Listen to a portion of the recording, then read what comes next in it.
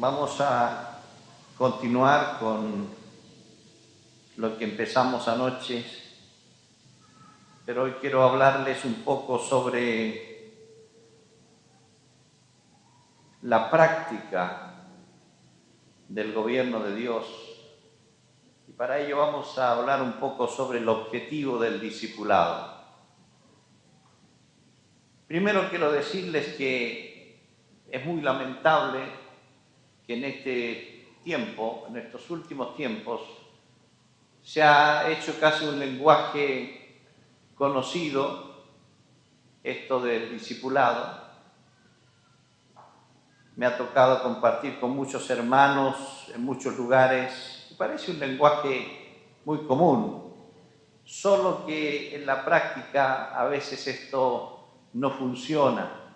Algunos dicen el discipulado no sirve, el discipulado no tiene sentido, y la verdad es que me da mucha pena oír eso, porque esto no es un invento de nadie, de nosotros en estos últimos años, sino que esto es un medio que el Señor Jesucristo estableció para que el reino de Dios pudiese tener sentido en la vida de todo ser humano que se entrega a Él.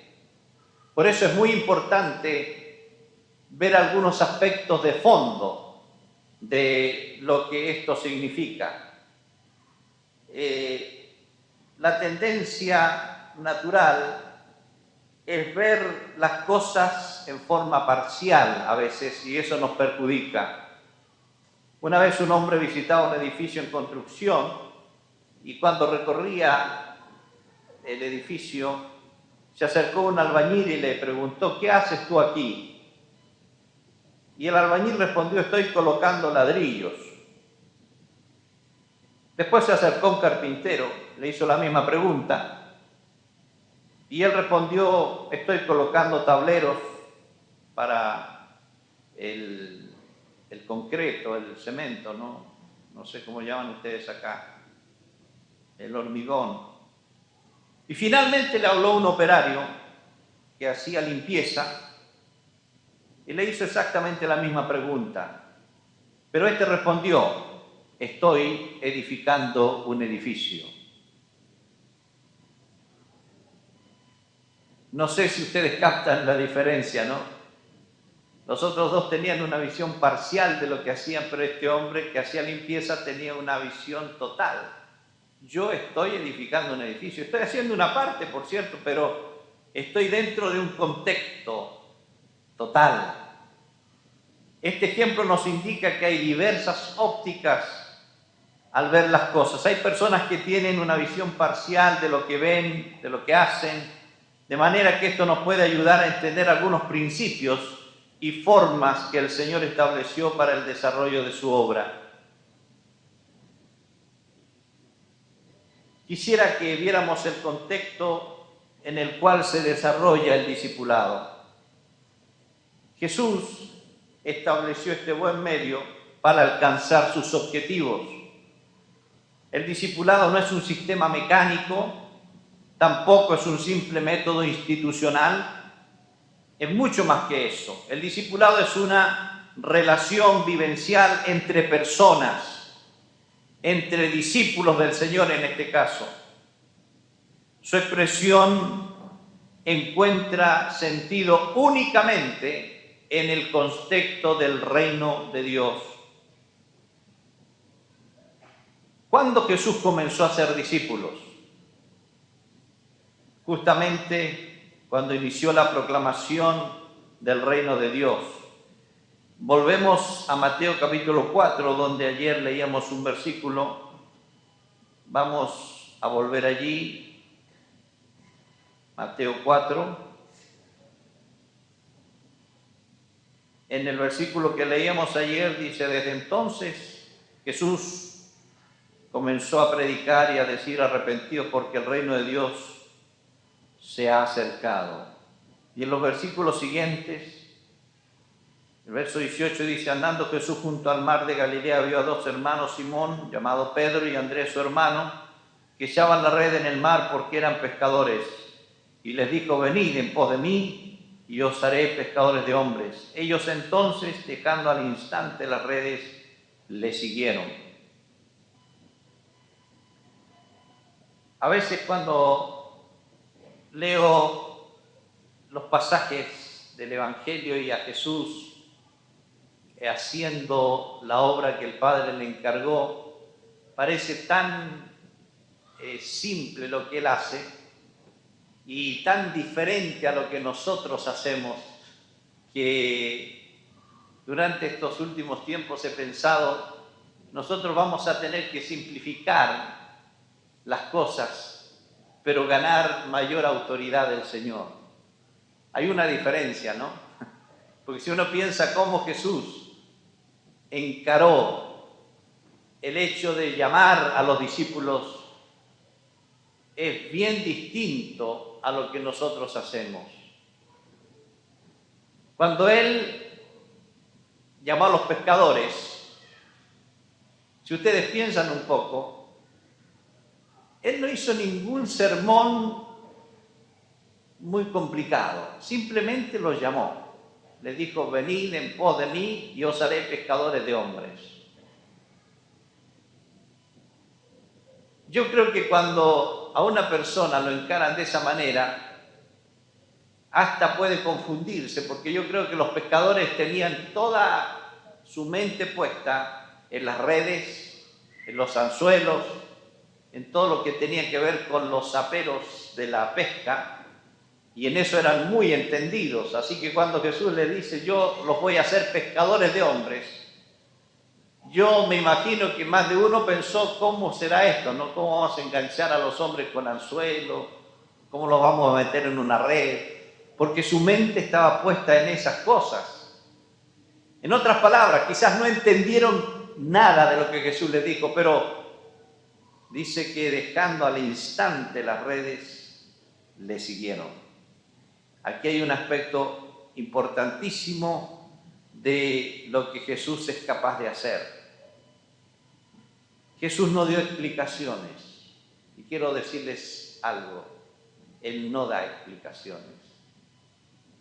Cuando Él nos llama, simplemente nos llama.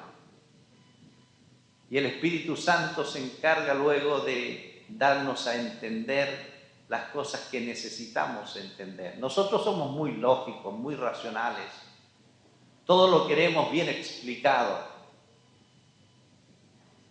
Y cuidado con eso, ¿no? Porque a veces es un problema para rendirse completamente al Señor.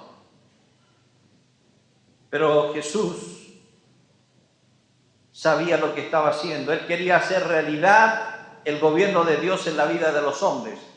Nosotros ya ayer hablamos que reino significa gobierno, y el discipulado tiene verdadero sentido cuando se desarrolla en este contexto, a partir de los pasos básicos como son el arrepentimiento, el bautismo del Espíritu Santo. Es allí donde se rompe nuestra cáscara gruesa de la naturaleza humana y empieza a operar el Espíritu de Dios para hacernos entender que debemos empezar con una nueva mentalidad, con nuevas motivaciones. De esa manera las personas van a estar listas para comenzar su formación apuntando al carácter de Cristo en su vida. Y esto es lo que el Señor persigue con lo que Él nos enseñó y dejó establecido. Quiero que leamos en Gálatas 4:19 para ver cómo Pablo nos ayuda a entender esto. Dice: hijitos míos, por quienes vuelvo a sufrir dolores de parto hasta que Cristo sea formado en vosotros. Una vez llamados, una vez dados los primeros pasos, empieza la formación. Les quiero contar algunas cosas prácticas en esto, porque es muy importante ver la acción del Señor en la vida de un ser humano cuando esto empieza a ocurrir. Yo siempre le digo, Señor, quisiera tener mayor oportunidad para poder llevar el Evangelio del Reino a la gente inconversa. Mi función siempre está envuelta con los líderes, con los pastores en Chile, y por lo tanto mi tiempo está siempre metido allí. Pero cuando tengo la oportunidad de compartir con gente inconversa, me gusta mucho porque veo que el efecto del Evangelio es tremendo. Así que casi siempre estoy teniendo más de algún discípulo nuevito. Y cómo me gusta confrontar a la gente con este Evangelio, porque es tremendo.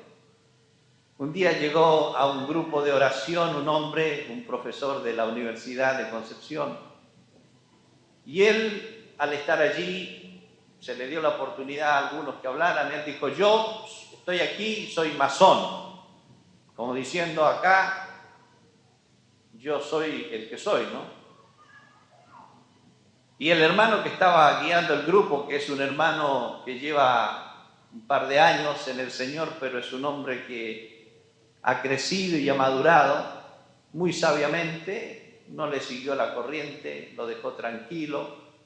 La próxima vez estuve yo en la reunión, después de la reunión se acercó a mí y me dijo: yo soy masón, me gusta esto, pero ¿qué pasa entre la masonería y esto de Cristo? Le dije: no tiene ninguna comparación, es incompetente la masonería frente a Cristo, no hay compatibilidad. Por lo tanto, es lo único que te voy a decir ahora, porque no puedo ahora decirte cosas de la masonería porque yo lo sé, entiendo bastante de eso, pero no vamos a hablar de eso. Sigue escuchando a Cristo. Así que un par de reuniones más, y en un momento en que yo estaba hablando de lo que significaba el compromiso con Cristo, basado fundamentalmente en el Evangelio del Reino, al terminar de hablar, él pidió la palabra y dice: ahora entiendo, seguir a Cristo es todo o nada. Entonces luego yo le pregunto: ¿y qué vas a hacer? Renuncio a la masonería, renuncio a todo. Hermanos, el Evangelio del Reino no es para proclamarlo y decirle a la gente que reciba esto en cómodas cuotas mensuales. O es una rendición total o no es nada. Lo demás es religión. Lo demás es cualquier cosa, menos el Evangelio que Cristo nos mandó a predicar. Y esto es muy importante para lo que tenemos que enfrentar en estos días. Hoy ese hombre es un discípulo del Señor, está caminando con el Señor, está haciendo un testimonio en la facultad donde él es profesor. Es eso lo que el Señor quiere.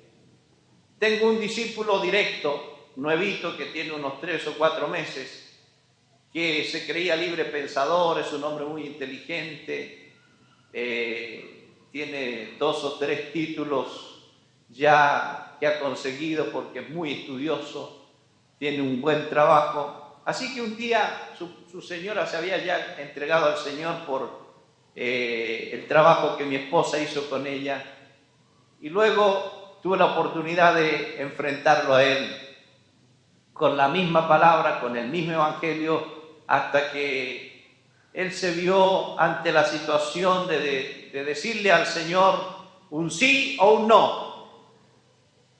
Y cada vez que hablábamos, yo le presentaba a un Cristo que quiere definir la vida, un Cristo que quiere salvar la vida, pero que dice las cosas claras, que dijo lo siguiente: conoceréis la verdad y la verdad os libertará. Así que al hablar con él, le proclamé la verdad. Me dijo: yo quiero seguir a Cristo. ¿Qué hay que hacer? Bueno, arrepentirse. Y ya cuando entramos en el terreno del arrepentimiento, la cosa se pone seria, ¿no? Porque cuando hablamos de arrepentimiento le dije: arrepentirse es dejar de hacer lo que uno quiere y doblegarse ante Cristo, entregándole su vida, cambiando la actitud del corazón y la mentalidad. Para esto hay que tener una disposición volutiva, es decir, tu voluntad tiene que estar totalmente puesta en las manos del Señor. Eso es seguir a Cristo, me decían, eso es seguir a Cristo. Y otra cosa más, cuando tú le dices al Señor que lo quieres seguir, se acaba Enrique, que es su nombre. Cristo comienza a ser el que gobierna. Todo lo viejo se termina. ¿Está de acuerdo? Eso es seguir a Cristo. Eso es seguir a Cristo. Bueno, me entrego al Señor, me rindo a Él, me arrepiento. Dio ese paso. Ahora le digo, vamos a hablar del bautismo. Y lo que dije ayer, ¿no? El bautismo es identidad con Cristo, en su muerte. Así que cada vez que íbamos profundizando esto, él estaba más encendido, pero también un poco asustado, porque me decía, esto es seguir a Cristo, esto es seguir a Cristo. De aquí en adelante no hay más cosas que tú vas a hacer de acuerdo a tu voluntad. Te vas a convertir en un discípulo del Señor, al cual le vas a obedecer porque vas a ver que el Espíritu Santo te va a producir interiormente un amor tan grande a Jesús que todo lo vas a hacer con un sentido de alegría, de regocijo por lo que Él ha hecho en tu vida. Desde que se bautizó este hermano, hubo un cambio total en su vida. Empezó a tener algunos problemas en su trabajo, aparentemente problemas, y me decía, ¿cómo es esto? Ahora que estoy siguiendo a Cristo tengo algunas situaciones que no tuve antes. Yo le digo, es que el Señor comenzó a producir el trato que necesitas para que tu carácter sea formado a la imagen de Cristo. Así es, así es. Bueno, si es así, aleluya. Vamos adelante. Pasó un tiempo y pasaron varias cosas en su familia, empezó a tener algunas cosas también que tenía que enfrentar. Me decía, esto tampoco me había ocurrido antes. Justamente no te había ocurrido porque no tenías ningún sentido de orientación. Ahora te empieza a ocurrir como padre, como esposo, y cada cosa que le ocurría me decía, esto es lo que Cristo dice que hay que hacer, esto es. Y él obedeciendo tranquilamente se daba cuenta que las cosas iban tomando un rumbo distinto. Hace pocos días atrás, 1 o 2 semanas atrás, me llama muy contento y me dice, sabes que te voy a dar una noticia, pero es buena, me dice. ¿Qué pasa?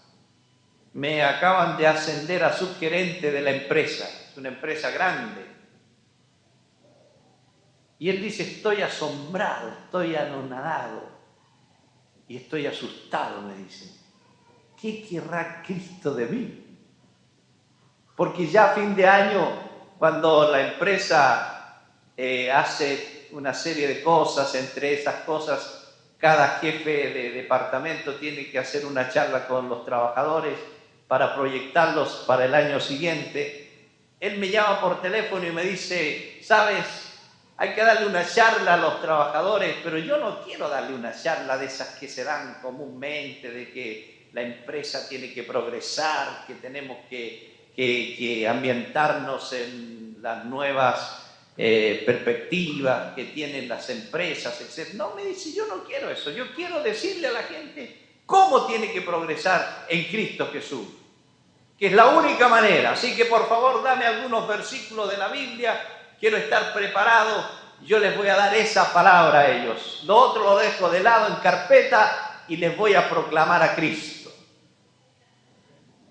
Así que yo le empecé a dar algunas instrucciones por teléfono y me dice, con esto me basta. Así que él se fue al lugar de la charla con los trabajadores y les dio una proclamación de Cristo. Para tener un año bueno hay que pensar que Cristo es el único que puede guiar la vida, le empezó a decir a la gente. No sé cómo se las arregló, pero la cosa es que él está completamente lleno de la verdad de Cristo y no quiere otra cosa. Cuando ya lo había empezado a guiar 2 meses, me dice, un día llega y me pregunta, yo leí en la Biblia algo del diezmo, me dice, quiero que me expliques, que me enseñes, porque yo no quiero estar en deuda con Dios. Así que abrimos las Escrituras y le dije, no es el diezmo, Dios es dueño de todo. El diezmo es lo mínimo que le podemos dar al Señor. Así que no te creas que lo demás te pertenece, no, todo le pertenece a Él. Tu vida, tus bienes, tu dinero, todo le pertenece a Él.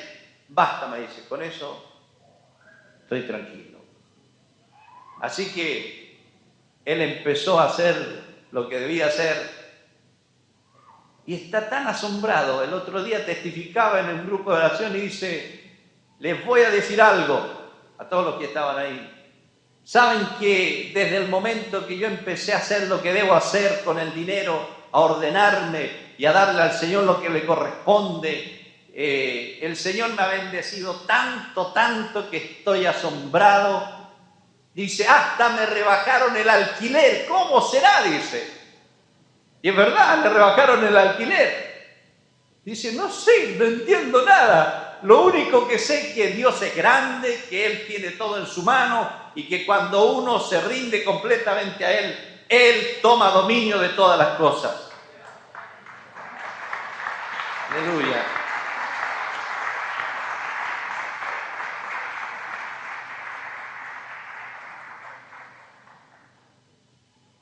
El discipulado es una relación, no es una reunión. Con los discípulos yo tengo esta relación vivencial siempre por teléfono, cualquier día de la semana estamos en contacto. Yo les digo, ustedes tienen que empezar a crecer, no tienen que ser bebés toda la vida. Así que hay cosas que tienen que tomar, creer, aplicar y marchar hacia adelante. Pero veamos la definición de este término. Discípulo es una traducción del griego matetes, que quiere decir un aprendiz o pupilo que está bajo la guía de un maestro. Ser discípulo significa más que el mero hecho de escuchar a alguien que le enseña, tiene que ver con la aceptación de la enseñanza y esforzarse para actuar de acuerdo a ella. Digo esforzarse porque cuando uno escucha una enseñanza, no siempre es algo que le agrada. ¿Sí o no? No siempre a uno le agrada. En consecuencia, discipular a alguien es enseñarle de tal forma que no solo adquiera conocimiento, sino que su conducta esté de acuerdo a la enseñanza. El que enseña debe constituirse en un ejemplo para quien está guiando y no solo un informador. Aquí hay una cuestión muy seria, ¿no? El ejemplo es una de las cosas que más va a impactar la vida de las personas. Ser discípulo implica crecer. El discipulado es la función de un pastor que busca ayudar a otros conforme al propósito de Dios. Por eso el anhelo principal de la iglesia cuando se acerca al mundo con el evangelio del reino debería ser hacer discípulos y no solo llevar a la gente a la conversión. Por lo general existe la tendencia de presentar una salvación centrada en la conversión y en el cielo después de la muerte. Esto es importante, pero necesitamos presentar una salvación que hace crecer a las personas en gracia, conocimiento y carácter. Pero es increíble cómo la mayoría tiene la tendencia a evitar el dolor que implica el crecimiento. Ustedes saben que cuando un chico empieza a crecer, tiene ciertas molestias en su físico, que es natural, ¿no? Por eso necesita alimentarse bien, tomar vitaminas, porque su crecimiento le va a exigir algunas cosas físicas que nunca antes las había experimentado. Algunas personas les gusta seguir siendo niños, sin responsabilidades, dejar que otros paguen las cuentas. Otros pueden experimentar una conversión maravillosa, una gran unción del Espíritu Santo, una sanidad milagrosa. Sin embargo, persisten en su deseo de evitar el trabajo que significa crecer. En estos últimos años hemos tenido cosas que han ido ocurriendo, fenómenos que se han dado, carismáticos, que parecían que a la iglesia la cambiaban. Pero quiero decirles que realmente la iglesia ha estado impactada en sí mismo, pero no ha producido un impacto al mundo. ¿Saben por qué? Porque no ha crecido la iglesia. Ha crecido en número, pero la gente no ha crecido en carácter, que es lo que impacta a los que nos rodean. Se ha hablado mucho de la unción del Espíritu y han ocurrido fenómenos como las caídas, como otras cosas que han ido pasando, pero yo me he preguntado muchas veces si el que se cae se para distinto.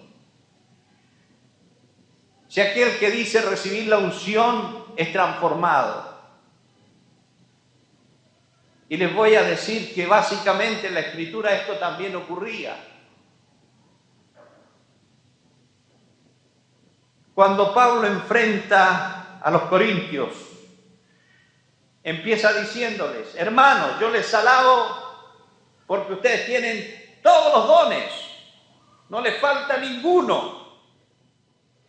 De manera que yo, hermanos, no pude hablaros como a espirituales, sino como a carnales, como a niños en Cristo. El original griego dice como a mundanos. ¿Cómo es la cosa? Primero nos dice que tenemos carismas y luego nos dice que no somos espirituales. ¿En qué consiste la espiritualidad? ¿En tener carismas?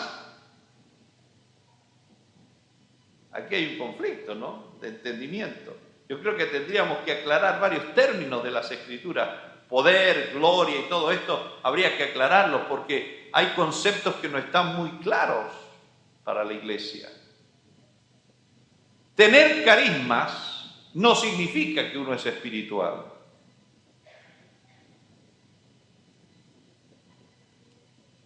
Ahora, no estoy hablando en contra de los carismas, porque yo practico esto, creo en esto, quiero ver una iglesia carismática, pero hay que tener cuidado de no quedarse en ese terreno.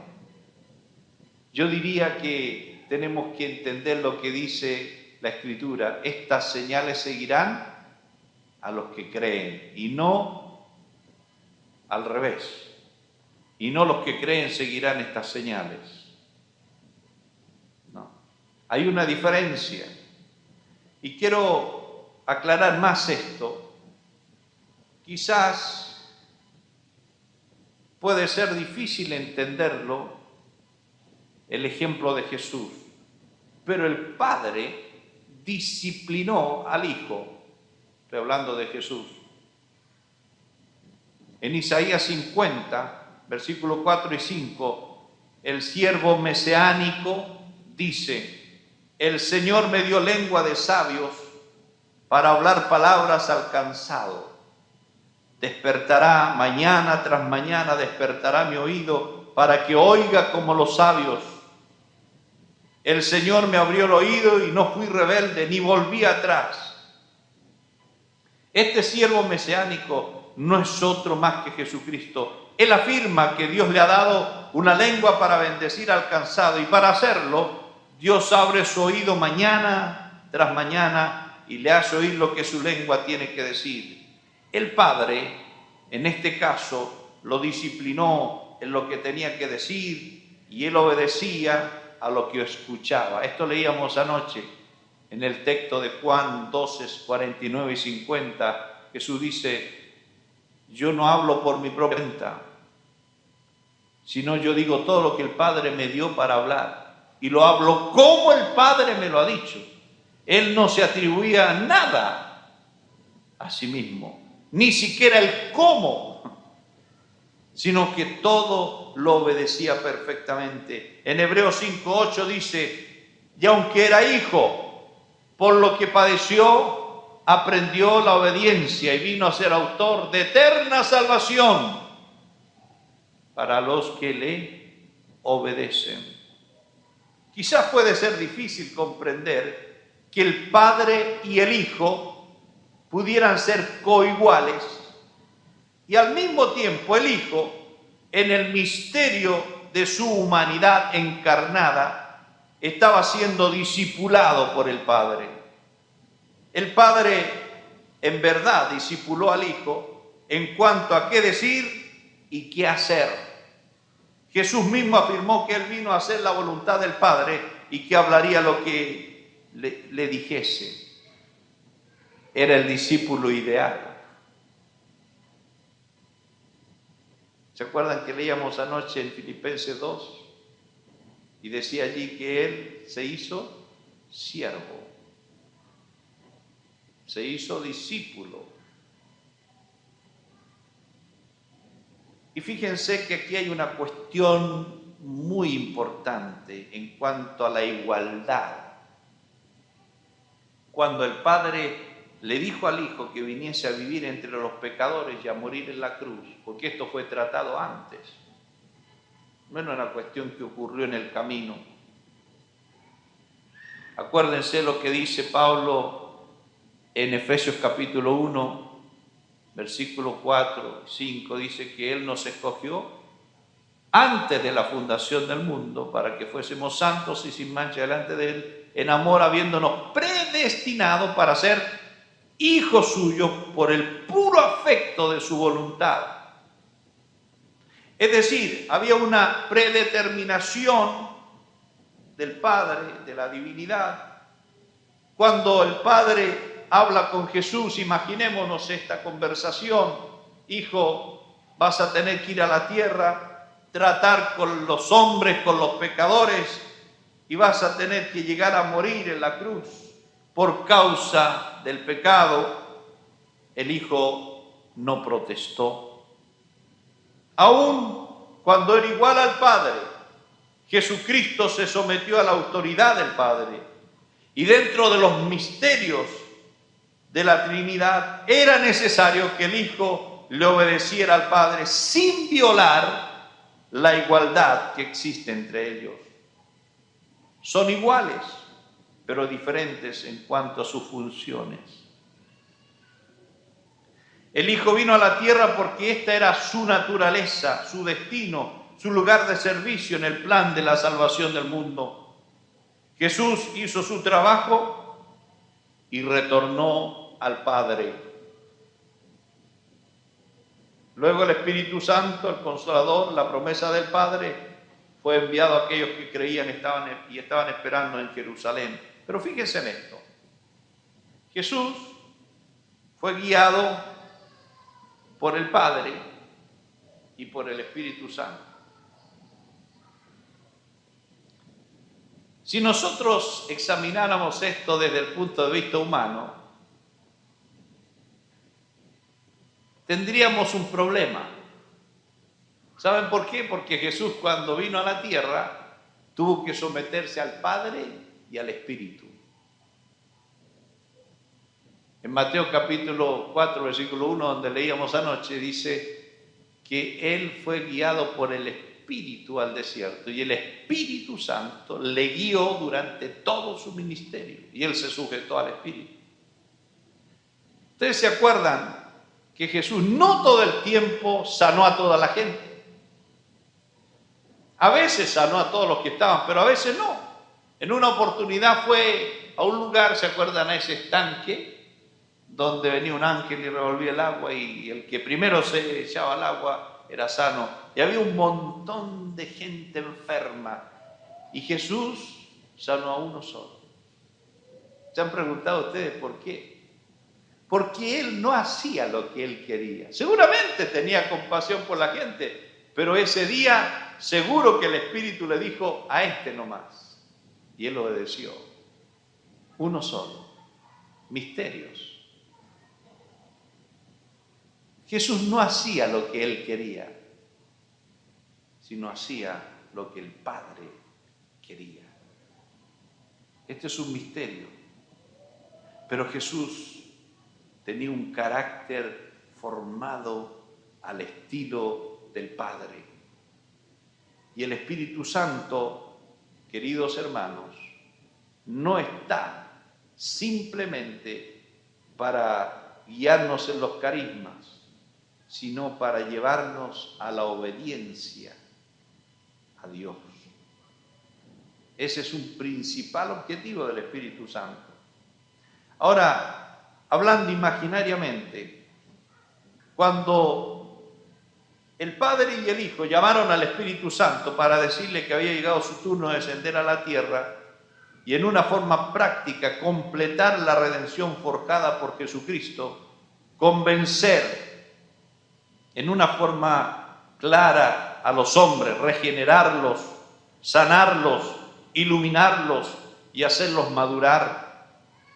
Así como el Hijo, el Espíritu Santo no protestó, sino que obedeció gustosamente, porque en la Trinidad hay un entendimiento infinito de que esta era la forma en que deberían hacerse las cosas sin violar la igualdad entre ellos.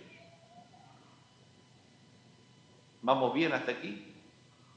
Esto es muy importante, porque a veces nosotros tenemos un concepto un poco equivocado en estas cosas. Y estamos hablando de quién es superior, de quién es inferior. No, aquí no se trata de eso. Cuando hablamos de la sumisión a la autoridad en el reino humano, sin lugar a dudas nos referimos a la diferencia de función, la cual podría estar construida sobre la base de desigualdad de valores. Sin embargo, en el reino de Dios no estamos hablando de desigualdad de valores. Nadie es mejor que otro. Cada hijo de Dios comparte la igualdad redentora. Amén. Sin embargo, no todos comparten la misma función. El lugar de servicio de cada persona tiene la misma importancia para el buen funcionamiento del cuerpo de Cristo, aun que funcionalmente este no sea el mismo. Por ahí se han metido algunas mentiras a la iglesia. A veces yo estoy con gente que viene y me dice: pastor, puede orar por mí porque a usted lo escucha más el Señor. Yo le digo: un momento, eso es una mentira. ¿Eres hijo de Dios? Sí. Entonces no hay ninguna diferencia. Yo no soy nada especial para Dios. Soy hijo también. Tú eres hijo. Si tú oras al Padre en el nombre de Jesús, Él te va a responder. Como yo puedo orar al Padre y va a responder. No hay que confundirse. Poco a poco en estos últimos años hemos vuelto al clericalismo. ¿Qué significa esto? Que mucha gente quiere depender de los hombres que están en el ministerio para que lo toque, para que le haga algo, porque así voy a recibir de Dios. Cuidado, que hay mentiras que pueden llevarnos a una dependencia de lo que no tenemos que depender. Nosotros tenemos que depender enteramente del Señor Jesucristo, del Espíritu Santo. No estoy diciendo que Dios no use a un u otro ministerio para bendecirnos, y si a través de ese ministerio Dios quiere hacer algo, que lo haga, pero no vamos a depender de eso, porque nuestra vida depende del Señor. Amén.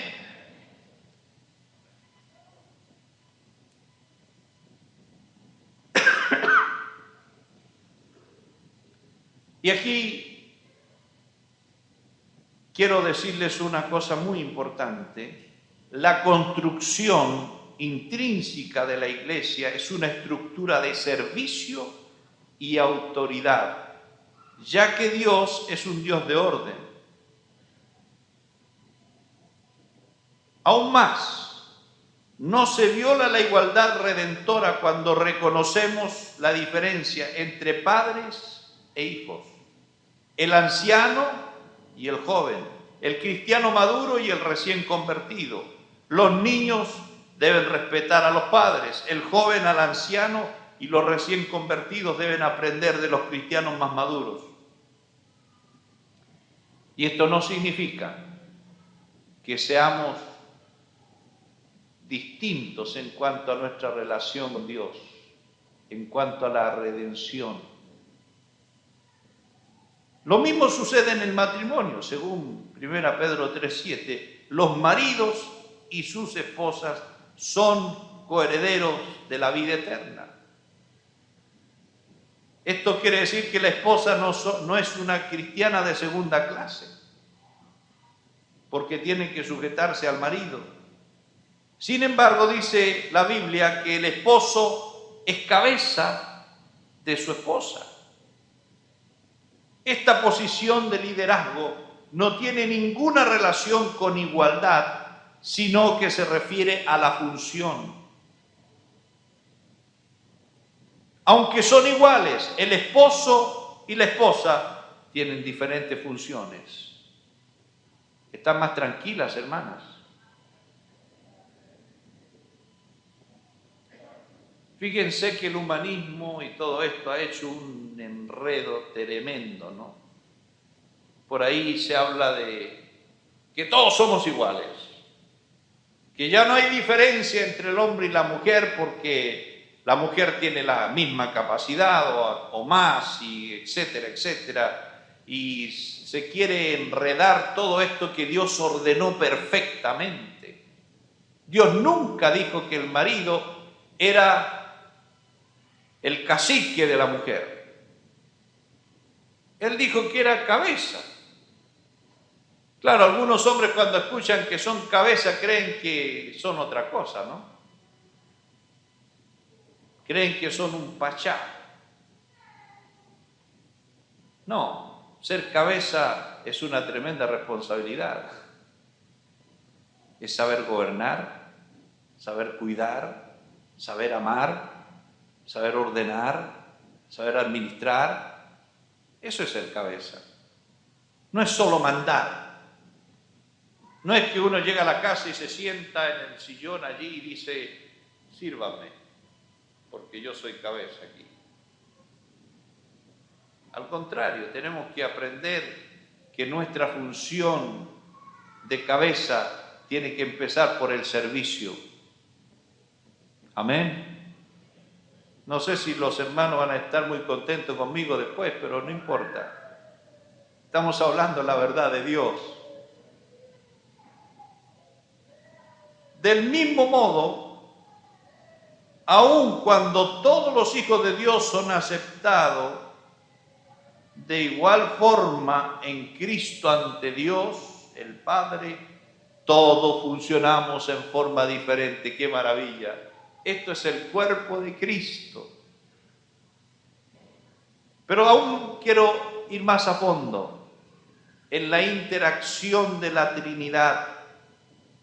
Los textos de Mateo 3, 16 y 17 que leíamos ayer cuando Jesús fue bautizado y el Espíritu Santo vino sobre él, y el 4.1 muestran que el Padre discipuló a su Hijo por medio del Espíritu Santo, el cual vino sobre él siguiendo su bautismo para luego llevarlo al desierto. Cuando el Hijo regresó al Padre, el Espíritu Santo descendió para representar al Hijo, lo cual se puede considerar como un rol sumiso. Qué tremendo es esto, ¿no?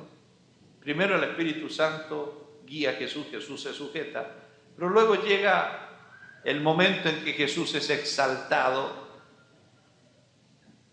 sentado en el trono, y cambian los roles. Y Jesús lo había enseñado. Dice en Juan 16,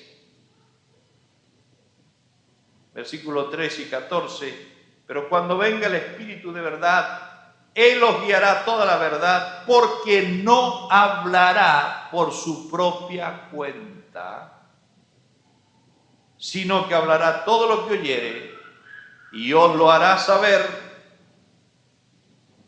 y os hará saber las cosas que habrán de venir. Él me glorificará, porque tomará de lo mío y os lo hará saber. ¿Cuántos de ustedes sabían que el Espíritu Santo no se maneja solo? Está sujeto a Jesucristo el Señor. Es muy importante saber esto, ¿no? Porque hoy día es bueno que se le ha dado la importancia que el Espíritu Santo tiene, pero cuidado con creer que el Espíritu Santo se maneja solo e independiente de Cristo. No, Señor. El Espíritu Santo está sujeto a Jesucristo el Señor. Yo creo que para el Espíritu Santo fue tremendo esto. Yo hago a veces una especulación de esto, y permítanme hacerla, pero es una especulación buena, ¿no? Cuando Jesús le dijo a los discípulos, ustedes se quedan en Jerusalén hasta que venga el Espíritu Santo. Yo siempre me pregunté, ¿por qué demoró 10 días el Espíritu Santo? ¿Acaso el viaje es muy largo del cielo a la tierra? Uno se hace preguntas a veces, ¿no? Pero claro, después fui entendiendo algunas cosas. Cuando Jesús retorna al Padre, hay una fiesta tan grande en el cielo. Dice uno de los salmos, ábranse puertas eternas porque entrará el Rey de Gloria. ¿Quién es el Rey de Gloria? El Señor de los ejércitos es el Rey de la Gloria. ¿Se acuerdan? Claro, cuando Jesús va retornando, como dice la versión de la Biblia de Jerusalén, va cabalgando sobre el universo y todo se va llenando de gloria porque el Hijo vuelve al Padre. Y yo creo que cuando Él llega al Padre, hasta el Padre se pone de pie para recibirlo y decirle, Hijo, siéntate a mi derecha hasta que ponga a tus enemigos por estrado de tus pies. Y ahora vas a recibir un nombre que es sobre todo nombre que conocemos desde el Génesis al Apocalipsis, y todo nombre que se nombra en este mundo, sobre todo nombre, vas a recibir un nombre. Ahora eres Señor. Sí que la fiesta era tremenda, había una alegría inmensa en el cielo, todo era gloria. Y el Espíritu Santo allí, ¿no?, gozándose con la fiesta, hasta que Jesús seguramente le dijo, tienes que bajar. Ya está todo dispuesto.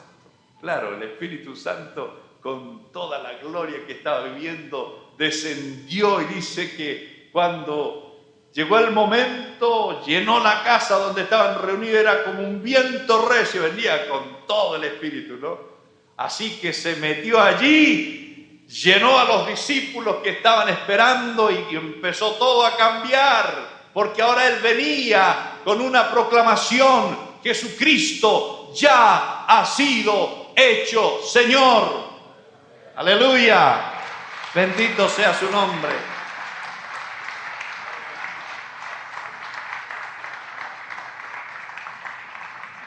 Y lo más tremendo de esto es que el Espíritu no tenía ningún problema, no tenía complejo, no tenía no se había aminorado, porque ahora Él tenía que estar sujeto a Cristo. Podía haber habido una discusión, bueno, ¿cómo es la cosa? Yo antes guié a Jesús a que la tierra, ahora me mandan a mí y tengo que estar sujeto. ¿Se dan cuenta? el ejemplo que tenemos en la divinidad, allí no hay problema. Aquí en la tierra tenemos problemas, ¿no es cierto? Cuando guiamos a un discípulo y ese discípulo crece, se desarrolla y después llega a ser un siervo de Dios y nos tenemos que sujetar a él. Qué problemazo, ¿no? Y por ahí andamos diciendo, él fue discípulo mío, como diciendo, para que ustedes sepan, ¿no? Qué problema que tenemos nosotros los seres humanos. Andamos siempre pensando quién es mayor, quién es mejor. Hermanos queridos, ninguno de nosotros es mejor que el otro. Nosotros somos hijos de Dios. Y lo que pasa es que Dios nos da gracia a cada uno y nos da una función distinta y debemos funcionar con alegría. Si en un momento nos toca estar sujetos a uno o a otro, no importa. ¿Qué importa? Lo que importa es que le demos la gloria al Señor y estemos contentos y alegres porque podemos tener una relación de cuerpo. Paradójicamente, el Espíritu Santo, quien participó en la venida de Jesucristo, a su vez fue enviado por el Hijo, dándole gloria y honra al Hijo, sin temor de violar la igualdad dentro de la deidad. El Padre, el Hijo y el Espíritu Santo se sostienen mutuamente, dándose honra entre sí. Este es el misterio de la Trinidad, una mezcla de interacción entre sus miembros que de ninguna manera viola la igualdad. La Iglesia debe operar bajo el mismo principio, es decir, diversidad de funciones complementa la igualdad de valor. Amén. Esto cambia la figura, ¿no es cierto? De repente tenemos tanto énfasis en la verticalidad que queremos que los discípulos nos miren para arriba y nos vean en una plataforma, o los que están guiando siempre hacen énfasis en la autoridad. Yo soy la autoridad, Aquí yo soy el pastor. Yo soy la coyuntura. Vamos a acabar con eso, hermanos. No se necesitan los golpes. Se necesita la gracia. Amén.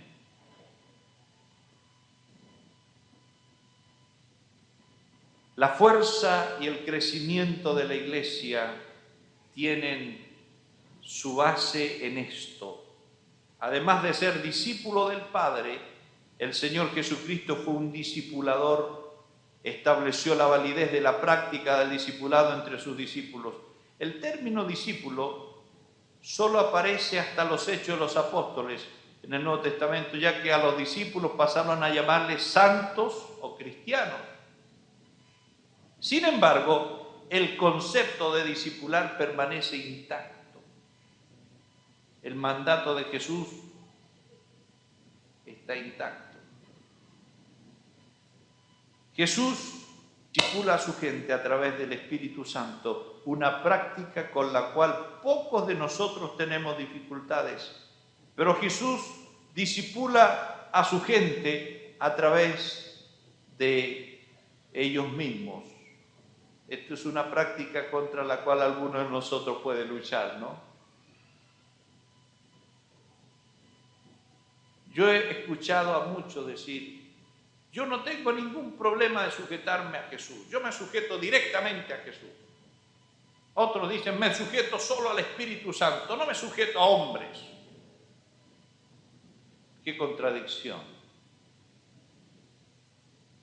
La Escritura dice que si uno dice que ama a Dios, al cual no ve nunca y no ama a su hermano, es un mentiroso. Uno ve al hermano todos los días. Y si no ama a su hermano y dice que ama a Dios, es un mentiroso. ¿Sí o no? Dice así la Biblia. Si yo digo que me sujeto a Cristo o al Espíritu Santo y no soy capaz de sujetarme a alguien en la tierra que es parte del cuerpo de Cristo, soy mentiroso. No me vengan con esas cositas espiritualistas, porque no es verdad. Lo que pasa es que algunos quieren esquivar el hecho de ser formados en su vida. Nos resistimos a someter nuestras acciones o ideas al consejo de otra persona, asegurándonos a nosotros mismos que no tenemos necesidad de eso, porque después de todo, el Espíritu Santo es quien nos enseña todas las cosas. Sin embargo, nos haría bien recordar que una de las formas como el Espíritu Santo nos enseña es a través de otro cristiano. De ningún modo el discipulado permite que una persona ejerza señorío sobre otra, pero sí permite que una persona enseñe y otra aprenda. Amén. ¿Está claro? Con el tiempo, la misma persona que está aprendiendo debería llegar a ser quien enseña a otra, y así se extendería el reino de Dios, que es la idea que Jesús expresó. Id y hacer discípulos. ¿Cómo? Bautizándolos en el nombre del Padre, el Hijo y el Espíritu Santo, enseñándoles que guarden todas las cosas que yo les he mandado, y esto que se vaya repitiendo y creciendo y creciendo y creciendo hasta llenar todas las naciones. Debemos aceptar como regalo de Dios a aquellos que discipulan en el nombre del Señor Jesucristo. Amén. Debemos aceptar sabiamente esos regalos, ya que nos fueron dados para nuestro bien y para crecimiento. Aquí debemos tener cuidado también de quiénes son los que discipulan, ayudarles a que no exista ninguna patología extraña. Porque he llegado a descubrir que en la iglesia en general hay patologías entre los líderes a veces. De repente alguno que nunca tuvo ninguna responsabilidad en la vida, que nunca tuvo autoridad sobre nadie, llega a guiar a otros en la iglesia y parece que se subió a un caballo, ¿no? Cuidado. Recuerden, el énfasis que debemos hacer es este. No andar diciendo, estos son los discípulos que están bajo mi autoridad. No, cambiemos el concepto. Estos son los discípulos a quienes yo sirvo. La autoridad no se impone, la autoridad se reconoce. Amén. Un padre que funciona normalmente no necesita andar golpeando la mesa para decir yo soy la autoridad en la casa. No, jamás tiene que levantar la voz. Si es autoridad competente, nunca tendrá que hacer eso, porque siempre la autoridad va a ser reconocida en amor y funciona muy bien. Amén. Durante el paso de Jesús por la tierra, los judíos decían que no dejarían que este hombre los gobernara. Sin embargo, este hombre era Dios mismo